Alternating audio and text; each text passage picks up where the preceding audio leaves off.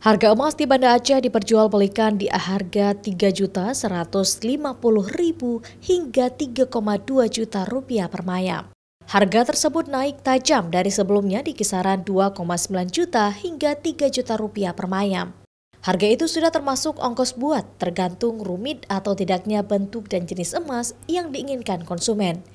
Muslim HTA pemilik toko emas Fajar Bahagia menyebut kenaikan harga emas yang tinggi saat ini dipicu oleh kondisi global. Selain ekonomi, kondisi sosial politik dunia juga mempengaruhi harga emas saat ini. Harganya sampai emasnya aja sampai 3.100.000, itu belum ongkosnya.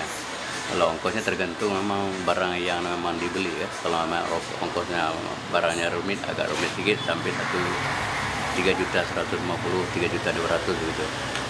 Tergantung suasana barangnya yang dipesan gitu.